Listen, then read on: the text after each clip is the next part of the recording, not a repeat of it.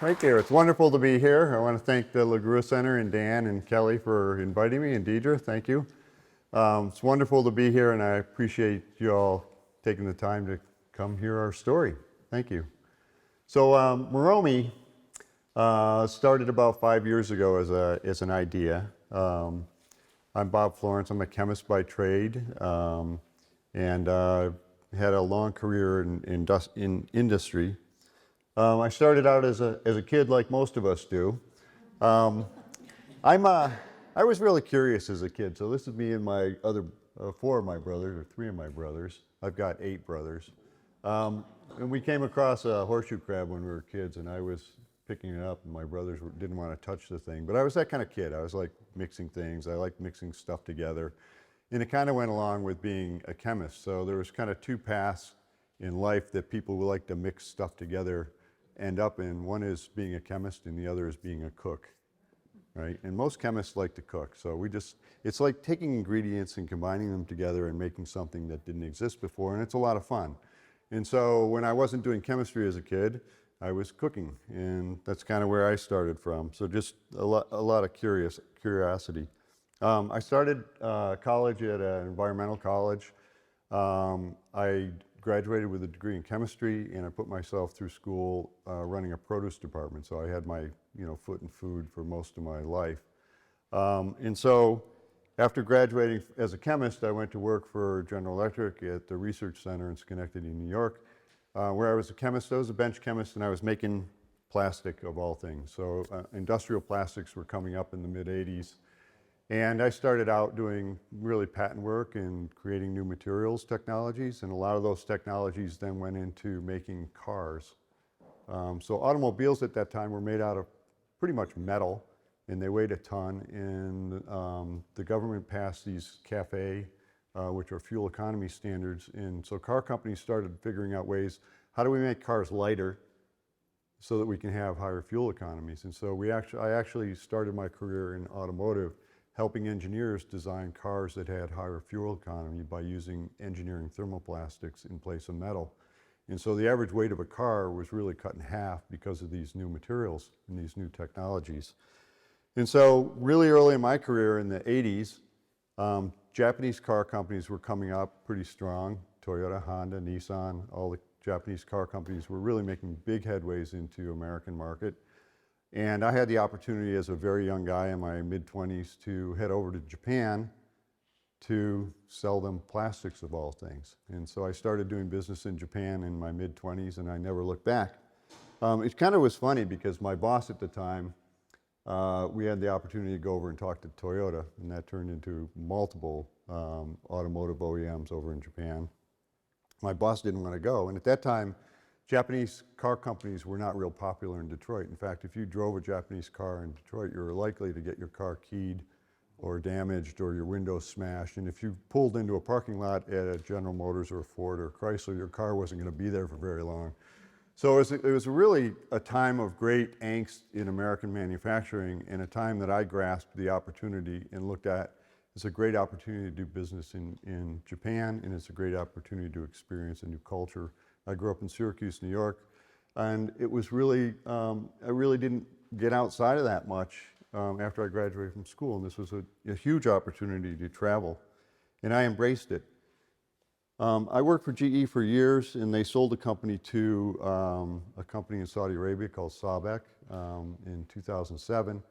And then I went to work for one of my customers, Apple Computer Company, who was a customer of mine in China, and they had a great amount of manufacturing operations that they wanted to build over in Asia, particularly China. So I ended up moving with my wife, Debbie's in the back there, with Debbie over to Shanghai in the early 2000s, and started doing business in China, where a lot of manufacturing was moving as well.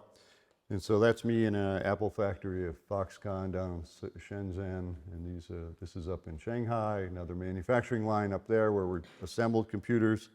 So these computers, the one that I'm sitting on right here, I built the factories to make these things, and so that was my job for a while. And this is a keyboard for a laptop, and this is the display housing for the laptop, and that's my writing on it where I'm going through the quality audit to look at, make better cuts and make these things perfect, because Steve Jobs was real particular about how his computers looked. And so I spent a lot of time in Asia and in China doing business in Apple. And during that time, China really changed. So if you drove from Shanghai to Suzhou, which was about a 45-minute drive outside of Shanghai, back in the turn 2000, back at the turn of the century, it took about 45 minutes. Today it'll take you maybe 2 hours, maybe 3 hours. Of course, you can hop a train. But what happened then is just the industry grew up, and this great, nice, green, beautiful countryside was plowed down, and we turned it into factories. And I personally turned a lot of that into factory. And so we basically plowed down a lot of farm fields, a lot of the old collective farms that existed in China, and we built factories. And so now if you go from Shanghai to Suzhou, it's just a big gray highway of factories, end to end, and that's where you get all your stuff from today, right? So almost everything in terms of manufacturing is made now in China, Asia. Certainly Vietnam's coming up, and now India's coming up. And as there's more unsettled feeling around China manufacturing, a lot of that's moving to India and Eastern Europe, like Poland. But as I watched that, it also concerned me. As I mentioned, I went to an environmental college, and I'm over here plowing down China, and I'm looking at this beautiful countryside, and I'm going, surely I could be doing something a little better for the environment than making computers and plowing down half of the country. And it really hit my soul. And so I ended up looking out at what can I do about this? And I looked at some biotech companies, and I started talking to some friends who were in the renewable energy industry at the time, and we were looking at using biotech to convert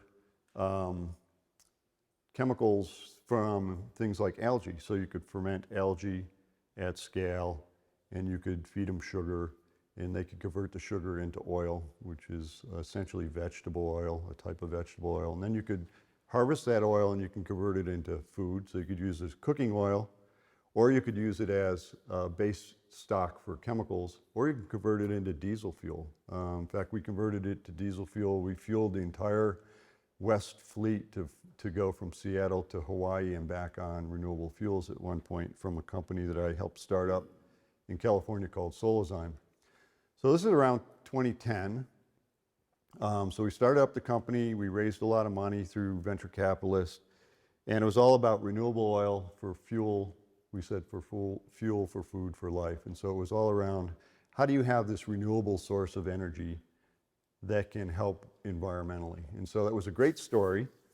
And a lot of companies were in this industry, and a lot of us raised a lot of capital to produce these types of products.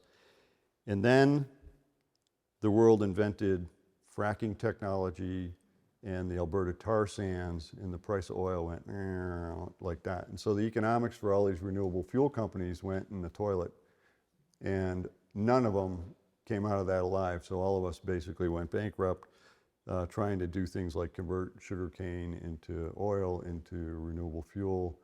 And so it ended up not panning out very well. And there's a little article that shows that Solazyme's going belly up because it couldn't convert those materials into anything that can compete with Alberta tar sands and fuel fracking, fracking technologies and those types of things. So the technology actually works. And so there are a number of renewable energy technologies that work today, but the economics don't work.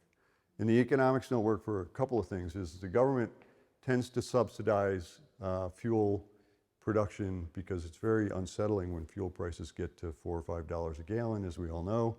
People get very upset about that, and so the government then increases the amount of subsidies that then go into pretty much traditional energy technologies. And so you see a lot of exploration that's going on in Alaska right now. There's still the tar sands of Canada are being destroyed. A lot of energy is being pumped out of places like Ecuador at the expense of the rainforest. And so all these technologies are sitting on the shelf now that could help with renewable energy, but aren't being used today because they're not economical. And so there's two things that I want to leave with you there. One is looking at just environmental destruction of countries to build factories, to build things is not a great thing. And then the energy imbalance that we have right now is not a good thing. And so for me, my third act in my career, if you will, was to really collapse all that and say, okay, I love the fermentation technology. I love how that works, and it's really interesting. I don't like what's happening with all this, and I'm a little guy, and I can't really seem to influence all this big stuff that's going on globally, economically. So I collapsed it here into Stonington, Mystic, North Stonington area, and said, I'm just going to build a small little factory. I'm going to make soy sauce of all things. Because as I told you, I've been doing business in Asia forever. And so having done all that, kind of eating my way through Asia, if you will, I certainly had exposure to the cuisine. I certainly had a lot of exposure and experience that in Japan, if you go into a grocery store, there are like 100 varieties of soy sauces that you can choose from. If you go into Big Y, Kroger, whatever around here, there are basically 3 highly industrial soy sauces that you have to choose from. And I found that kind of interesting in that you had all this variety and choice in Japan and in Asia for different sauces and different condiments and different seasonings. And here in America, we've pretty much commoditized all these things under the auspices of maybe 3 or 4 big food companies. And so I decided to just stick my nose out and say, I'm going to do something that's a little different and make soy sauce. And so I set about studying how do you make this stuff? And so I'll run you through a little bit about how soy sauce is made. So this is what's called koji, and koji is a mold. So I'm basically a mold farmer these days. And this is soybeans, wheat, koji, salt, water, thyme. Those are the ingredients for making soy sauce. That's it. And so the history of soy sauce is very old. So it's pre BC, so like 3,000 before current age, if you will. So the history of soy sauce is, and it's been based on pottery excavations in China, where they find remnants of soy sauce in pottery, which we can analyze these days, is somebody around 3,000 years ago was storing soybeans in pits or in clay pots. And if you store soybeans in a moist environment like southern China, they rot. And so what happened is really, like a lot of things, just by dumb luck, mold grew on the soybeans. People didn't throw them out. They ate them anyway. They tasted really good. And then people spent the last 2,000, 3,000 years refining that technology to make really good food and really tasty food. And so what's happening with soy sauce is it's a 2-stage fermentation. So first stage is we grow mold on soybeans and wheat. And that mold takes 2 days to grow, so it's really quick. And then the second part of that fermentation is it goes into a barrel, and the enzymes that the mold produces to eat their food, which is the soybeans and the wheat, digest the soybeans and the wheat into smaller, tasty little components. And so this is a schematic of what's happening. Is koji, as it grows on soybeans, it's injecting enzymes into the soybeans because that's their food, so it's digesting that food. And those enzymes then persist in the second stage of the fermentation, which is in the barrel, and they break down proteins, big old protein molecules, into small little amino acids that are really digestible. And they break down starches into sugar, so wheat contains a lot of starch, and it breaks it down into tasty little molecules of sugar. And then it breaks down fat, lipase by lipase enzyme, into fatty acids. And so all these big, huge, indigestible molecules then get broken down into things that are really easily digestible and give people a lot of energy in a hurry. And so that's where a lot of these fermentation technologies come from, is people harvesting food, having an excess of food, storing that food, having that food inadvertently rot, and then finding out that what the sum of that is really tasty. So if you look at China and the origin of koji, it's really geographically analogous to what happened in Europe over the same period of time, which is the development of yeast technology, which is the other big fermentation technology. So you've got Northern Europe is cold. Yeast thrive in colder climates than molds do.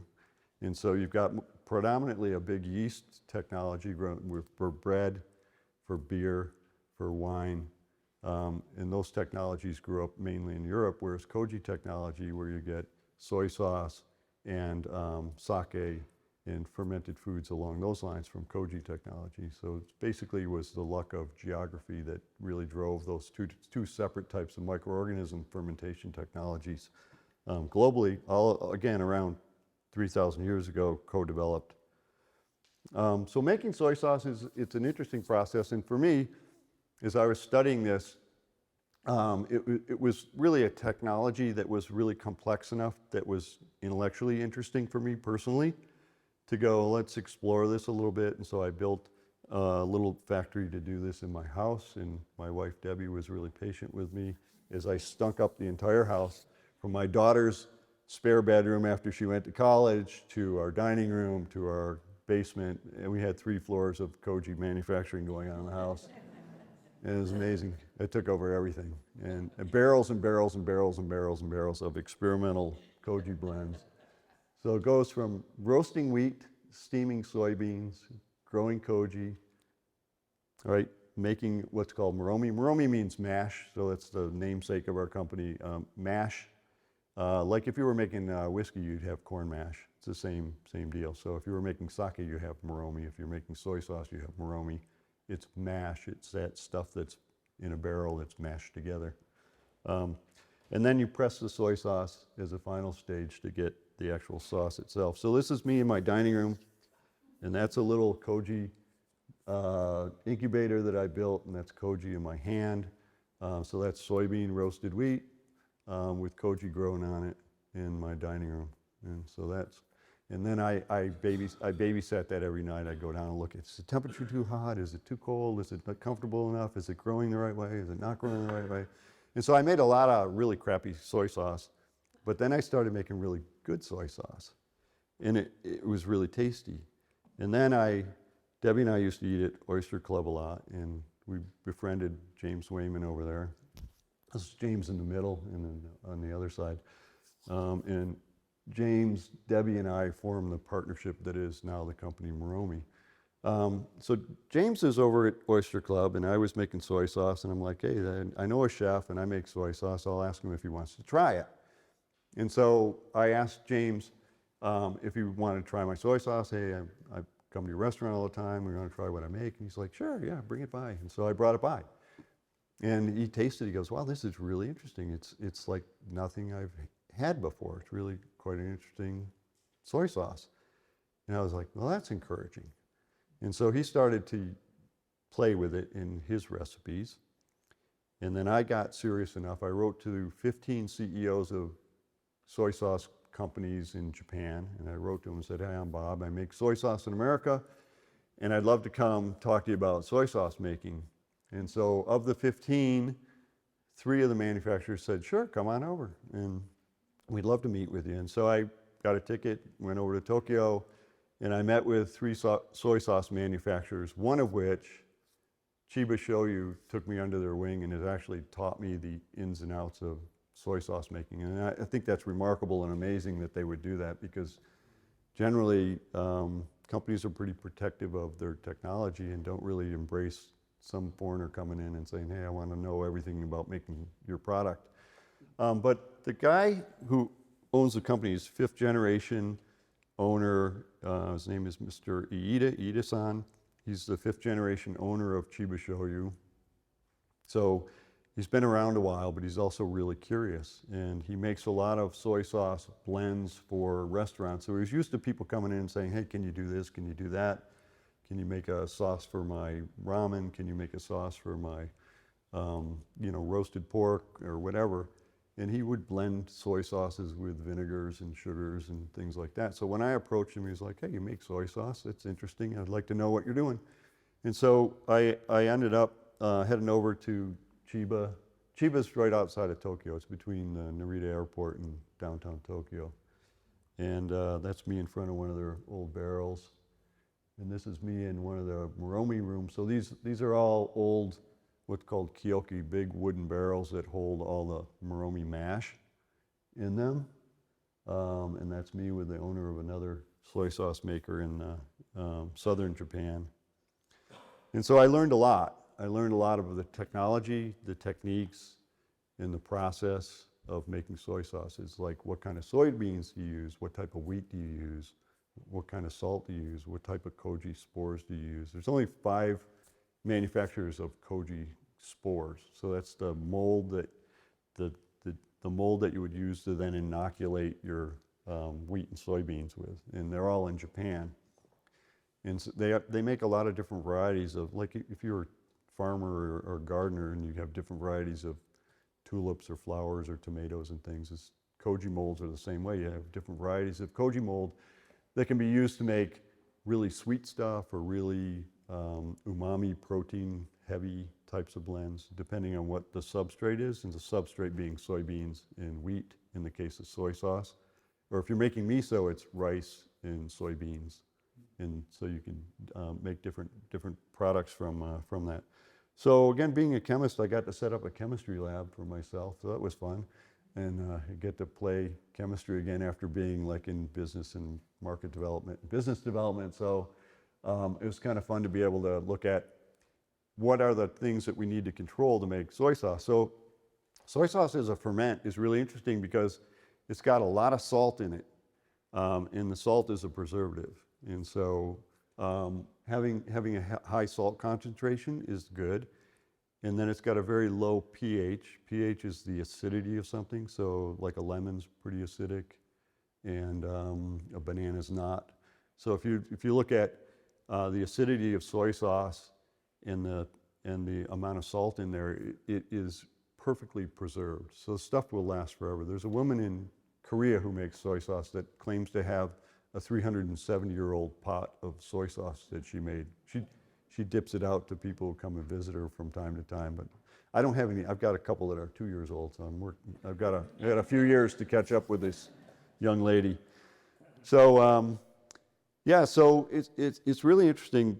The preservation technology that's evolved over time is really designed to increase the amount of umami. Umami is another sense of taste that is the taste that you get that is savory from the amino acid content that you have in something. So if you're eating a steak, you're eating protein, but you're also, when you cook it, you break down the protein into amino acids, and that's the umami that you have there. If you eat Parmesan cheese, that's naturally fermented. There are a lot of amino acids in that come from the milk proteins as they're fermented. And so you've got amino acids in there. If you eat a tomato, tomatoes are naturally full of amino acids, and you get umami from that. So those are like 3 big umami heavy food groups. Soy sauce in itself is a really slow motion Maillard reaction. You know, I think all of you have experienced a Maillard reaction, whether you've heard the term before or not. It's the activity of browning food. So if you were to cook a steak in a pan or put a piece of toast in the toaster, that browning reaction is actually the degradation of proteins and sugar and starches into sugars and amino acids, and those combine to make these Maillard components that are super tasty. That's why we like cooking stuff. Cooking naturally breaks down big molecules and makes things more digestible. So humans, as we evolve, we naturally gravitate toward things that give us energy at a lower cost of acquisition. So making things cooked breaks down proteins, breaks down starches. They combine into really nice flavorful components called Maillard reactants. So it's a component of sugar and amino acid. They bump together and they combine, and there's like hundreds of different types of chemicals that are combined together during that reaction. So they're not really well characterized as a single molecule. They're a whole group or family of molecules. And so what happens with soy sauce is it's a super slow Maillard reaction. So it sits in a barrel for a year or 2 years, and you've got sugars and proteins bumping into each other. And that's what makes it brown, dark, deep, delicious. And that's really the essence of soy sauce making. And so having come off of the learning experience and gaining a little bit of ground, I started supplying restaurants locally, and then kind of branched out from there, down in New York City, down in New Orleans. And I ended up building this factory over in North Stonington here to kind of scale up and get out of the house and get our clothing not to smell like soy sauce all the time, and get our house back and get my daughter's bedroom back into shape for when she visited. So anyway, the shop's up and running. We're now in about 80 retail stores nationally. So we went from nothing to really coming out to quite a few. I sell through specialty retail stores only. I don't sell through large big box stores. It's really not my market. If people are happy with Kikkoman kind of soy sauce, the industrial soy sauce, that's one soy sauce market. Our market is really as a specialty soy sauce that helps you create a different kind of meal and a different kind of experience when you're cooking. And the reason that we're different is that I'm throwing back to how soy sauce was originally made. In Japan, there are 1,400 soy sauce makers. In America, there are maybe 5 of us. In Japan, they really held on to the tradition of making soy sauce the way it originally evolved, which is making soy sauce from whole soybeans. In whole soybeans, you think, oh, it's soy sauce. Of course it's made out of whole soybeans, but it's not. Because soybean technology, as it evolved, the industrial agricultural complex has evolved into taking soybeans, harvesting them, and pressing them, and the oil goes into cooking oil application or to chemical applications. And what's left over is soy grits. And the soy grits get put into kind of food product, industrial food products, and get put into animal feed as a protein source. Or you might see something that says, soy protein on a label that you're reading, or soy lecithin or something like that. Those are byproducts of the soy industry. The difference between that and using a whole soybean, so I buy whole organic soybeans from the Midwest. And the difference between that process is if you start with a product that has like a third of the ingredients in it, so you're losing all the lipids from soy sauce making, those are really flavorful components. And so you can't have that much flavor in soy sauce as it originally existed if you're throwing out half the components to start with. And so what the oil in soy sauce contributes when you're making soy sauce, what the oil in soybeans contribute when you're making soy sauce is it contributes flower, floral, fruity notes that are completely missing in industrial soy sauce. And so now there are 3 big schools of soy sauce makers. There's this artisanal whole bean soy sauce, which you'd be hard pressed to find in a large industrial kind of big box store. You won't find it. In specialty stores, you may find some, and online you can find some whole soybean soy sauce. And then there's a third type of soy sauce, which is chemically produced soy sauce. So I talked about enzyme soy production, soy sauce production. You can also break down proteins by soaking it in hydrochloric acid, like your stomach digests protein. So you can just make chemical-induced soy sauce. And so the very cheapest, highest volume soy sauce on the planet is chemical soy sauce. And then there's industrial grit soy sauce. And then there's artisanal soy sauce. That's the whole soybean variety. So if you like music, I like to play guitar. And so if I pick one note, that gives you kind of that flavor profile of industrial soy sauce is kind of one note. But if you were to produce a chord, that's kind of the flavor profile you get with an artisanal soy sauce, is you get a beginning note, a nice middle, a harmonious end, and a long tail that's just pleasant throughout the tasting experience. And so I've got a little bit of tasting that we can do over here when we're done. I'd invite you to try a few of our soy sauces. I don't have everything here, but I've got a few varieties that I think will give you a good feel for what we're doing. So one of the things is I looked at my career change here and putting a smaller footprint on the planet, if you will, is I buy a lot of local ingredients. I've gone from sourcing ingredients, all over America to actually developing farms here locally, all from Maine all the way to western or eastern New York. So where I've got wheat that I'm growing both in Connecticut and Maine. I do source soybeans from the Midwest because they grow there and they don't grow well here. But we take sugar kelp from Susie over at Stonington Kelp Company and incorporate it into a sugar kelp soy sauce. We grow and harvest cayenne peppers to incorporate into our chili Moromi sauce, which is a combined soy sauce, hot sauce, co-ferment, which is kind of interesting flavor. And so we're continue to like grow our agricultural footprint locally, continue to do that. And I'm still looking at trying to develop supply of soybeans locally.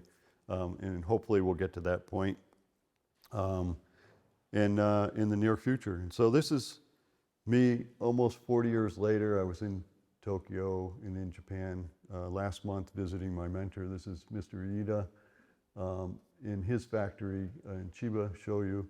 So almost 40 years later, I'm still hanging out in Japan, eating food, enjoying the soy sauce, enjoying the beautiful country, and enjoying my chatting with my mentor, who's such a creative and generous gentleman. I wouldn't be here without him. So that's really my story from beginning to end.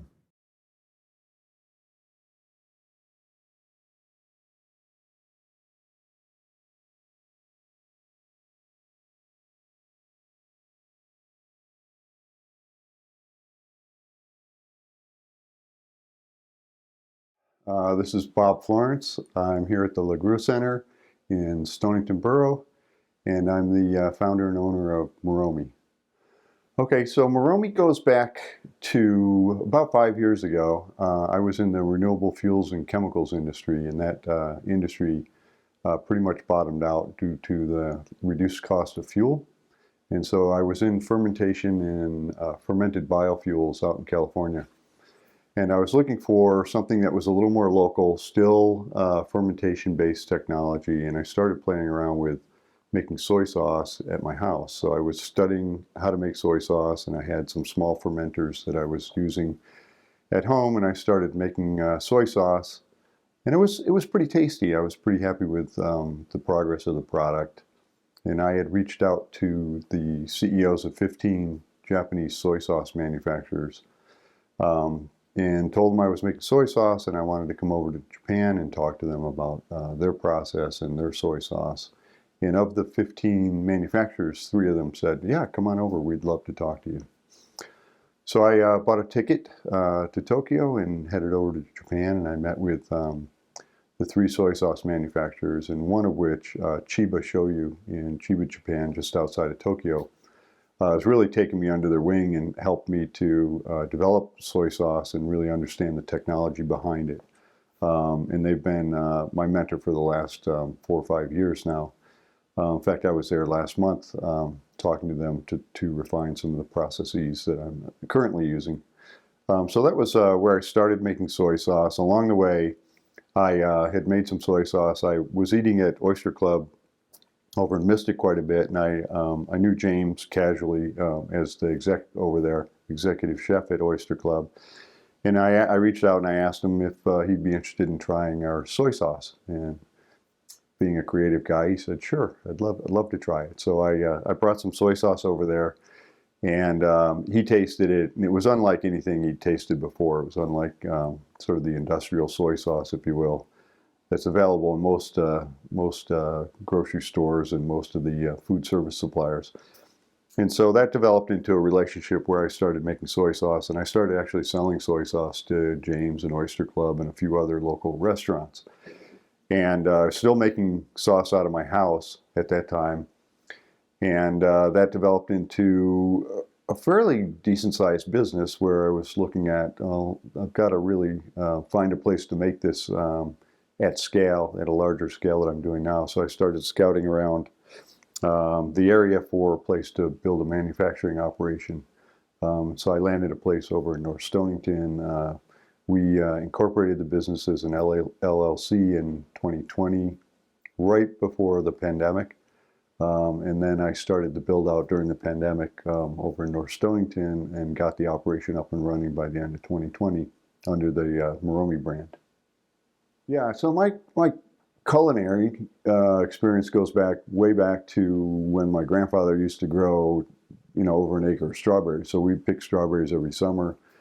He had a shed that was on the side of a highway, and we stood out the highway and we sold strawberries to people who stopped and bought strawberries, and he paid us, I think, a dime a quart at that time, which seemed like a lot of money at the time for a kid. But anyway, so picking strawberries, early age. Then I put myself through college working at a grocery store where I became the produce manager. And so I was going out to the markets in Syracuse, New York, picking up produce from the regional produce market, buying, cases of lettuce, cases of oranges, whatever produce was in season. And produce, by the way, back then in the 70s, was much more seasonal than it is today. Like today, you can get oranges year-round, you can get lettuce year-round. Back in the 70s, it was still very much seasonal, where you got lettuce in the summer and you got oranges in the winter. And there was a rhythm to how produce was purchased, bought, produced, sold, and marketed in a grocery store. So I spent a lot of time. I spent 5 years as a manager in a grocery store, and that put me through college. So that was my early thing. The other thing is that I'm from a big family, and my mother. So I have 8 brothers, so there's 9 of us all together. My mother really didn't relish cooking, so she cooked a lot. She cooked a lot of volume. She had maybe 2 dishes that she really went for, which was baked chicken and lasagna. And so if you wanted to eat baked chicken and lasagna every week, that was great. But beyond that, she really wasn't. She wasn't interested in really just honing the craft of cooking. And so I spent a lot of time growing up learning how to cook, because I wanted to supplement those kind of meager couple of meals with some other stuff. And so I spent a lot of time in the kitchen. And of course, I worked at a grocery store, so I had access to great meat and great produce, and bring it home after my shift and come home and cook up a storm. And so that sort of formed the basis of my love of food and cooking, sort of carrying all the way through to traveling and exploring different cultures through food, and then all the way to creating a soy sauce company. Okay, so the first time after James agreed to try my soy sauce, I was really excited. It's like, well, this stuff's pretty good, and unlike anything that was available commercially at the time. And then he started using it, and he started incorporating it into his menus. And the first time I saw it on a menu, I was just blown away. It was like, I still have a picture of it. It's like, wow, that is amazing. I'm actually on a menu of one of the top restaurants in the country, from a James Beard nominated chef. So yeah, it was absolutely thrilling to have James feature that on his menu. And he's generous and kind enough that he actually called out Moromi. And he didn't have to do that. He can just make a great meal, and this is James' creation. And I thought it was really generous of him for this rookie guy making soy sauce, to be honored by having it Moromi actually placed on the menu. So it was really cool. The question around umami in that flavor profile is an interesting one. I don't think it's well understood, and I don't think everyone really recognizes what umami means. But it's a flavor akin to sweet, salty, sour. If you take your major flavor groups and then add in this other umami flavor profile, it really talks to the flavor that comes from the amino acids and the interaction of amino acids with sugars. We get a lot of that. If you cook anything and you brown it in a pan, you're actually creating these Maillard reactions. They're called Maillard reaction components, but they form a basis of umami. Soy sauce, tomatoes, Parmesan cheese, fermented foods in general, all kind of drive this creation of the interaction of amino acids. So you've got complex proteins, and you have complex sugars called starches. They get broken down by fermentation or by enzymes or through cooking. And those combine, amino acids and sugar combine in cooking to create these Maillard components that create a whole nother sense of taste. And that is named umami. It was first recognized in Japan. And I think it's widely talked about now as people are more exposed to fermented foods and more familiar with kind of the Japanese cuisines, and more familiar with how Parmesan cheese, fermented foods, tomatoes, and all that contribute to umami as a flavor. For home cooks, What I'm trying to do as a company in Moromi is allow home cooks to create in the kitchen things that they don't normally do, and through a very simple addition of a sauce that allows them to access a lot more umami that we just talked about, a lot more of that flavor profile. The simplest way to do that is if you like to saute a vegetable. This is the absolutely simplest thing to do. Take a pan, a little bit of oil, maybe a little bit of oil and butter, and just throw some vegetables in the pan, whether it's broccoli or asparagus or green beans, and just lightly saute in a pan, and then just splash on Moromi soy sauce right at the end. So just a little bit al dente. You don't want to cook it to death, but just cook it gently. A little bit of soy sauce, throw a pan cover on there, and let it steam in that the juice for a little bit, and then take the cover off and serve it. And it's absolutely delicious. And it's very simple. It's not like you're needing 5 items or 20 items or 20 steps in a menu to create a really delicious meal. It's a very simple way to cook. And I think that's really the best way to cook because it's approachable and it's accessible by home cooks. It's not going to scare you off to cook some vegetables in a pan and splash some soy sauce on it. So that's a really easy one. I think if you get more advanced, you might try making a salad dressing. We're coming up on spring and summer here where we're going to have access to a lot of greens. And just taking soy sauce and sprinkling it really lightly on some greens in a salad is really a great way to access that flavor as well. It's fresh, it's bright, it's got umami, and all together it's just a really simple way to create a meal that I think your whole family would love as a home cook. And then as you cook proteins, again, you can throw proteins in a pan, lightly saute them. You could either marinate a little in soy sauce, in Moromi soy sauce, or you can just splash it in at the end. I use Moromi soy sauces as a finishing sauce for the most part, and it preserves a lot of the flavor profile of the soy sauce without burning it off or without diluting it with a lot of other ingredients, and that's where it really shines.